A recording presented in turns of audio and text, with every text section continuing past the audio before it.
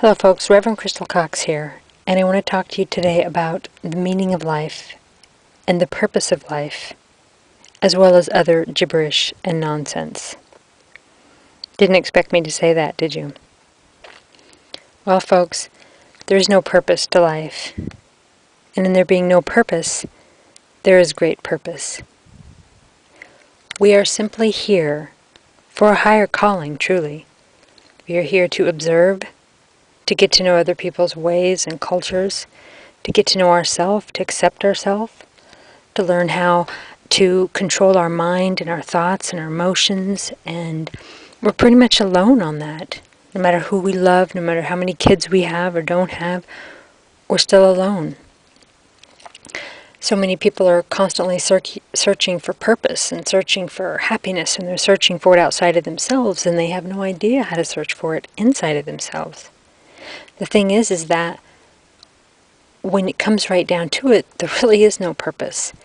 And it's been a whole lifetime for me to come to the realization that it's okay that I just live and that I just be content with my life and be at peace and come and go and read and study and interact with people and pray and do my highest and best every day in the best way that I can that makes me feel good about myself, and just keep moving and not searching for some sort of purpose, because there really is no purpose.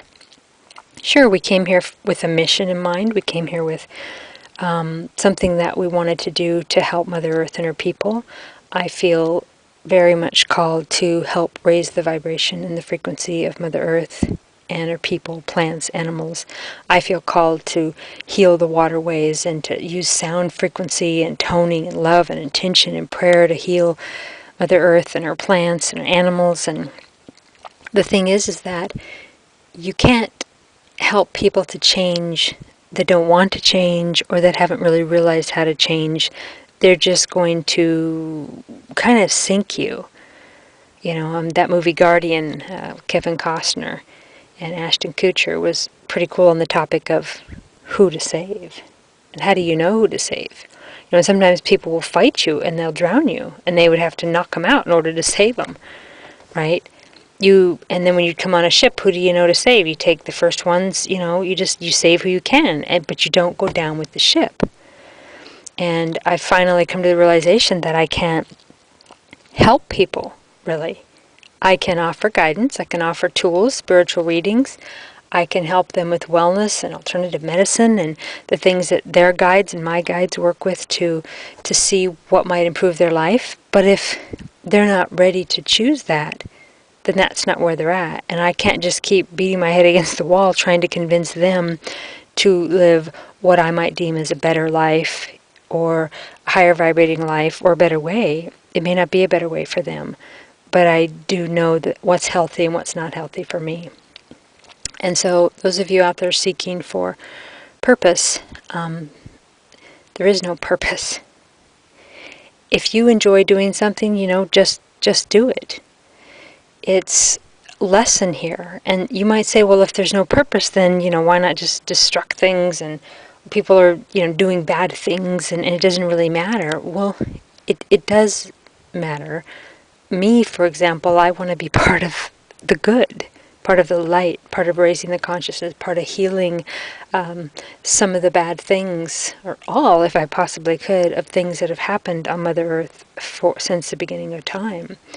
And so if you feel like it doesn't matter what you do every day, then if there's no purpose, you know, then why does it matter? And so a lot of people think the only reason they do good is because their purpose in life is to get to heaven. The thing is that every moment is your heaven, every moment is your hell, every moment is your now. You choose in every moment. You're the only one that can defeat you. You're the only one that you really answer to. If you commit some crime and you're sitting in jail, if you're dying in a hospital, if you're, you know, in a coma, whatever you're doing that your body's still here on earth, you're answering to yourself. Odds are you're still thinking, you're dreaming, If you're in a jail cell, it's still you and the Great Spirit. You're answering to this consciousness that's inside of you and that's outside of you that's really not to do with any other man, woman, or child. And so we really are alone in what we deem as the reason we're here on earth. And we don't have to go on and on about there being some great purpose.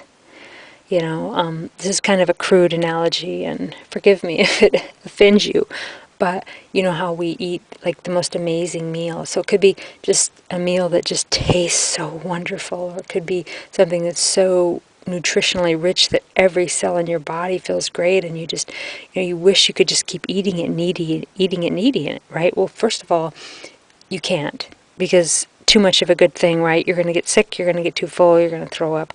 Okay. And if you do eat it and you're digesting it, you eliminate the waste, right? Okay, you don't pick up the waste that you eliminated and carry it with you. Okay? And really, relationships are like that, jobs are like that, careers are like that, and kids, in a way, are like that.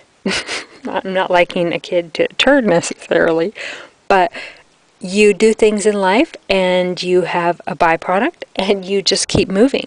You don't stop and mourn what was and miss out on what is. Then you've only experienced that one thing, and odds are you're going to keep coming back to experience everything else. So just let yourself be calm, let yourself experience things, and don't stop to carry other people's burdens. Don't stop to pick up the waste of your own past.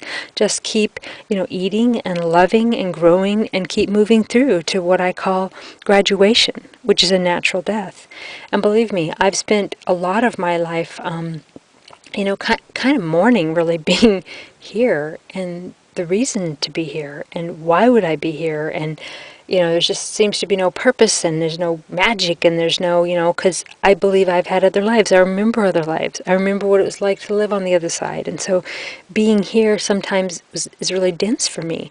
But I'm now at a point, I wished I was 20 years ago, and I wish those of you out there listening that are 20 years younger hear the fact that it's okay to not have a purpose, which don't mean you don't have goals or missions. I mean, you want to be something, go for that.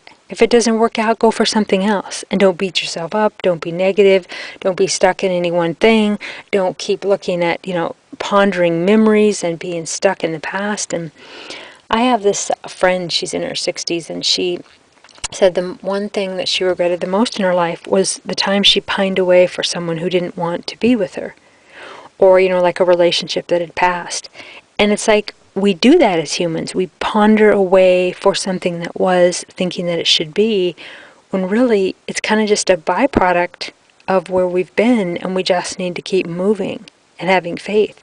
And the more we dwell on that, the more we create that energy, the law of attraction, positive thoughts and such. So anyway, just a little bit of talk here on the purpose of life, and the fact that there is no purpose, and in there being no purpose, there is great purpose. So decipher that. God has blessed you all.